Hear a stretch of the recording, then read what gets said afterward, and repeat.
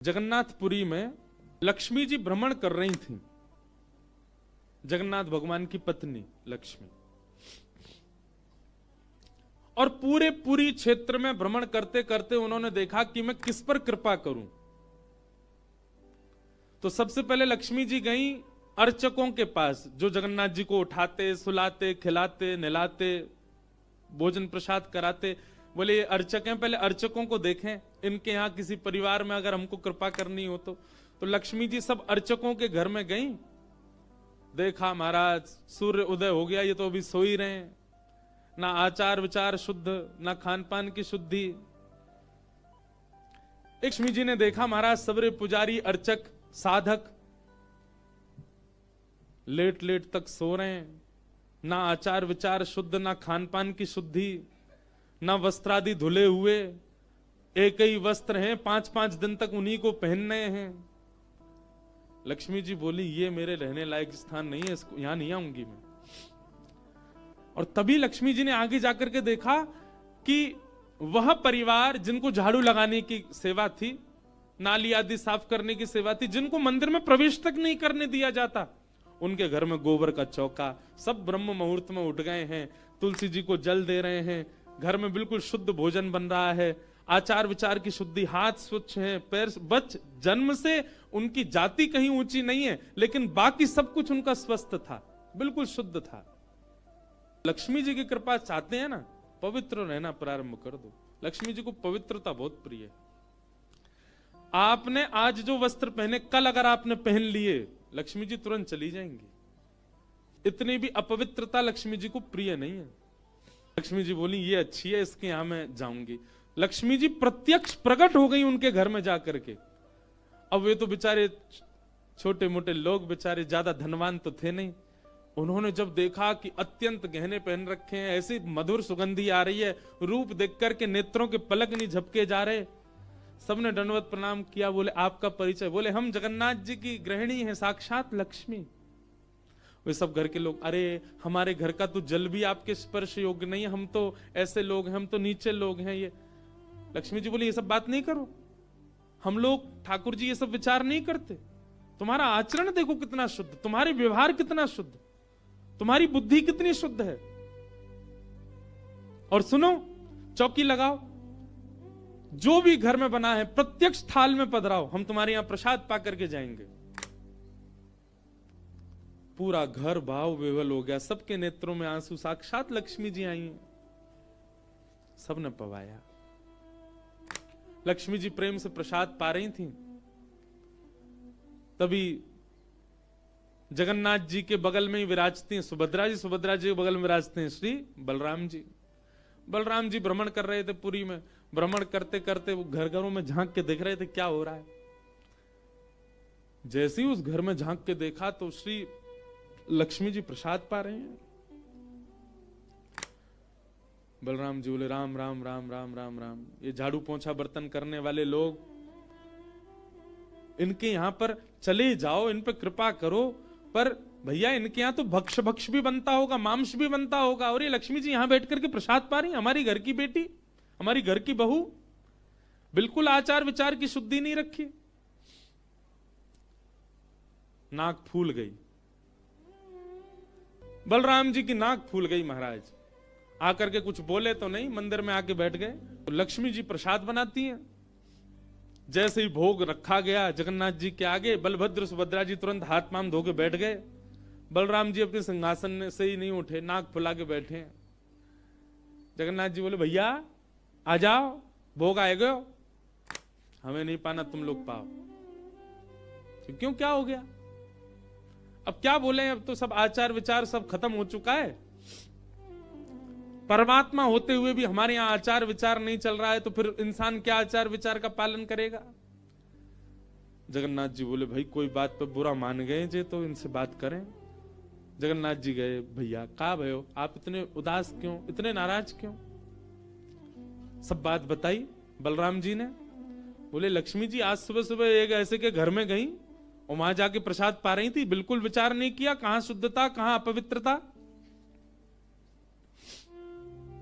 हम तो इनके हाथ का बना भोजन नहीं करेंगे।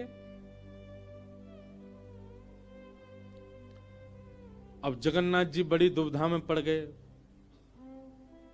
यदि पाऊं तो भैया नाराज बैठे, भैया कहेंगे मैं नाराज हूं, इससे को कोई फर्क नहीं पड़ा है, फिर भी पा रहा है, और नहीं पाऊं तो लक्ष्मी जी टेढ़ी टेढ़ी देख रही हैं कि मैंने बनाया, ये पा क्यों नहीं रहे। जगन्नाथ जी बोले लक्ष्मी जी को तो मना लिया जाएगा बाद में, पर ये नहीं माने ना, ये तो शेषनाग हैं, इनको ज्यादा ही क्रोध आ गया तो जोर से सिर हिला देंगे, प्रलय और हो जाएगा। जगन्नाथ जी ने लक्ष्मी जी से कहा देखो भैया नहीं पा रहे तो हम भी नहीं पाएंगे। लक्ष्मी जी बोले कोई बात नहीं। एक दिन नहीं पाया, दूसरे दिन फिर लक्ष्मी जी ने बनाया, फिर नहीं पाया, तीसरे दिन फिर लक्ष्मी जी ने प्रसाद पधराया, फिर नहीं पाया। तो लक्ष्मी जी बोली भाई कोई बात है तो हमसे बोलो सीधे, ये प्रसाद रोज छोड़ देना ये कैसा तरीका है आपका नाराज होने का। कहीं बलराम जी बोलते हुए सुन लिए लक्ष्मी जी ने कि भाई इनके हाथ का बना हम नहीं पाएंगे। लक्ष्मी जी ने जाकर के जगन्नाथ जी से कहा देखो संपूर्ण जगन्नाथपुरी में प्रसाद बनाने की सेवा हमारी, और आपके भैया कह रहे हैं कि हमारे हाथ का बना पाएंगे नहीं, जब हमारी सेवा लेनी नहीं तो फिर हम यहां क्यों रहें, इसलिए आप हमको आज्ञा दें। अब हम जहां हमारा सुख है हम वहां चले जाते हैं, हम चले जाते हैं श्री क्षेत्र से। जगन्नाथ प्रभु कुछ, अच्छा जगन्नाथ जी को भी लीला करनी है इसलिए वो कुछ नहीं बोले। अब कुछ नहीं बोले तो लक्ष्मी जी समझ गई, बोले मौन मतलब हां ही होता है। लक्ष्मी जी बोले ठीक है आप लोग शयन करो, रात्रि का समय, बलभद्र सुभद्रा जगन्नाथ जी के कपाट बंद हो गए। लक्ष्मी जी बोली अब हम जा रही हैं, और मंदिर से श्री लक्ष्मी जी चली गई। प्रातः काल ब्रह्म मुहूर्त का समय हुआ। महाराज जगन्नाथ जी बलराम जी जैसे ही उठे तो क्या पाया, नीचे फर्श पे पड़े थे। कहां सोने के सिंहासन पर सोते थे, सोने के बिस्तर पर सोते थे, बढ़िया लत्ता पहन के रहते थे, गले में स्वर्ण की मालाएं, हाथ में स्वर्ण के कड़ूला, पाम में स्वर्ण के कड़ूला आदि सब पहन के सोते थे। लेकिन लक्ष्मी चली गई तो सब चला गया। सवेरे उठे तो फर्श पे पड़े थे। बलराम जी बोले लाला जी कहा है गो, हमारे सिंहासन वगैरह कहां चले गए। ठाकुर जी बोले लक्ष्मी जी चली गई ना, लक्ष्मी तो मतलब सब होता है। बलराम जी ने अपनी तिजोरी जाकर के खोली, सबरे वस्त्र चले गए, आभूषण चले गए, सब आयुध चले गए, फटे पुराने मैले कुचैले बिना धुले महीनों के सालों के वस्त्र पड़े थे। और यही होता है, लक्ष्मी जाती है तो यही रह जाता है। लेकिन बलराम जी भी अपनी पूरी उसमें थे, बोले कि हम भी कुछ नहीं कहेंगे, ठीक है जैसे हैं वैसे रह लेंगे, कोई लक्ष्मी जी के जाने से हम पे फर्क थोड़ी पड़ रहा है। चल लाला भोजन को समय है, क्यों प्रसाद पामे। ठाकुर जी बोले कैसे प्रसाद पाएंगे, प्रसाद तो लक्ष्मी बनाती है, लक्ष्मी चली गई, खुद ही बनाना पड़ेगा। बोले हाँ हाँ तो हम पे कोई बनावी कमी, हम दोनों मिलके बनाएंगे। कृष्ण बलराम दोनों गए रसोई घर में, जाकर के देखा तो महाराज वहां से अन्न दाल चावल सब चले गए, क्यों सब लक्ष्मी से ही आते हैं। कहां तक कहें चूल्हा जलाने की लकड़ी भी नहीं बची, वो भी लक्ष्मी से ही आती है। लक्ष्मी गई और सारी श्री लेकर के चली गई अपने साथ।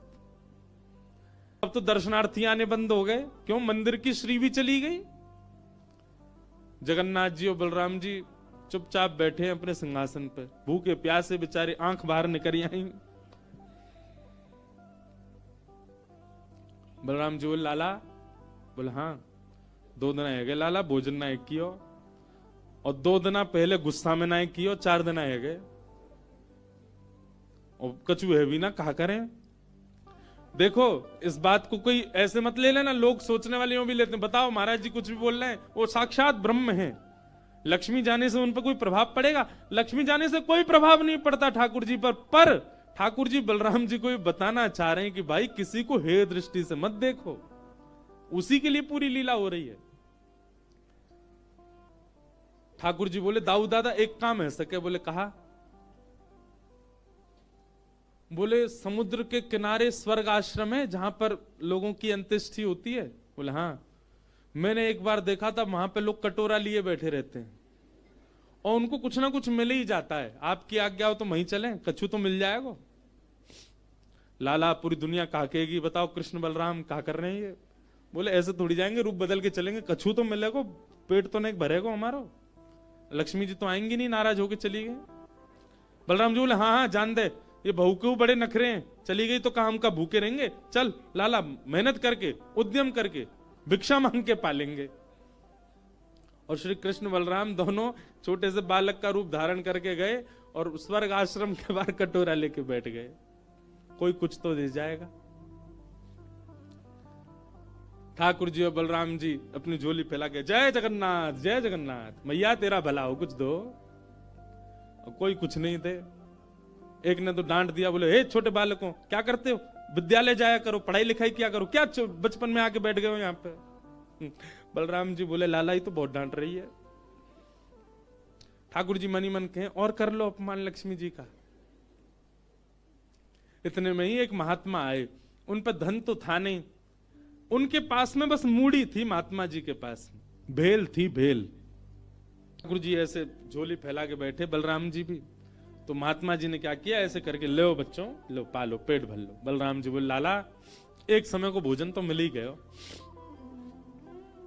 ठाकुर जी बलराम जी दोनों खुश हुए। लक्ष्मी जी ने दूर से देखा, ए पवन देव जोर से बहना प्रारंभ करो। ऐसी जोर की हवा चली महाराज, सबरी मूड़ी उड़ गई। बलराम जी और ठाकुर जी पीछे पीछे भागे, मूड़ी सबरी उड़ गई।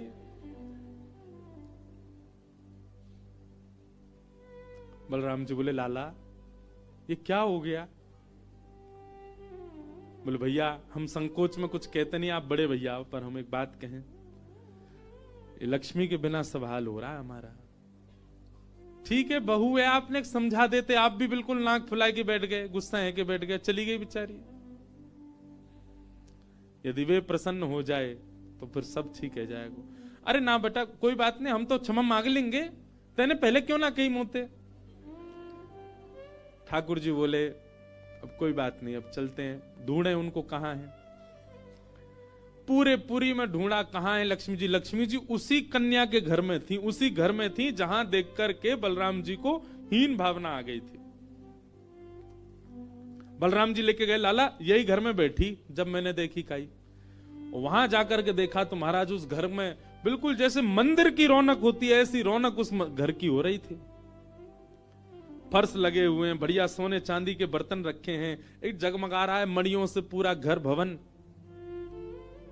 और बाहर बैठ करके उस महिला के जिसके ऊपर कृपा की थी लक्ष्मी, उसके बालक भर भर के सामग्री दे रहे हैं लोगों को, भोजन की सामग्री, वस्त्र ले जाओ, ये ले जाओ, कोई गरीब कन्या के लिए धन ले जाओ, राशि ले जाओ, सोने की मोहर ले जाओ। लक्ष्मी जी बैठी है घर में। ठाकुर जी बोले अब लक्ष्मी जी तो नाराज हैं, भैया एक काम करें हम भी लाइन में लग जाएं, कछु मांग लें, लेके चल दें। जैसे ही ठाकुर जी और बलराम जी लगे कतार में, भीतर से लक्ष्मी जी को देख के दया आ गई। मेरे प्राणनाथ ये चाहे तो सर्वसमर्थ हैं, परंतु बलराम जी को बताने के लिए पूरी लीला कर रहे हैं। लक्ष्मी जी तुरंत बाहर आई और दोनों को इशारा किया, आप लोग इधर आओ। बलराम जी बोले देख बहू तू नाराज मत हो, हम ते गलती है गई, और वैसे गलती तेरी भी कम नहीं, तो को नहीं जानो चाहिए ऐसी जगह। लक्ष्मी जी बोली दाऊ दादा ठाकुर जी के लिए सब अलाव है, हमारे लिए इतने बंधन। वे किसी भी भक्त पर कृपा करने जा सकते हैं, वहां पर जात पात नहीं देखी जाती, वहां पर यह नहीं देखा जाता कि भजने वाला कौन है, ब्राह्मण है, क्षत्रिय, वैश्य कौन है, सब पर वो अनुग्रह कर सकते हैं। तो फिर हमारे ऊपर इतनी रोक टोक क्यों। और किसी के जन्मगत व्यवहार से उसका पूरा जीवन नहीं आंकना चाहिए, उसके स्वभाव व्यवहार से देखना चाहिए कि वो है कैसा। कहां आप कहते हैं कि ब्राह्मण सर्वश्रेष्ठ, और वो देर देर तक सो के उठ रहे हैं, उनके यहां शुद्धि नहीं, वस्त्र 4-4 दिन तक पहन रहे हैं, एक महीना एक ही धोती में निकाल रहे हैं। आप कह रहे हैं कि वो श्रेष्ठ, और ये लोग जो इतनी पवित्रता का ध्यान रखते हैं, इन पर कृपा ना हो। हमारे अनुसार तो जो अपने कर्म से शुद्ध है वो शुद्ध है। बलराम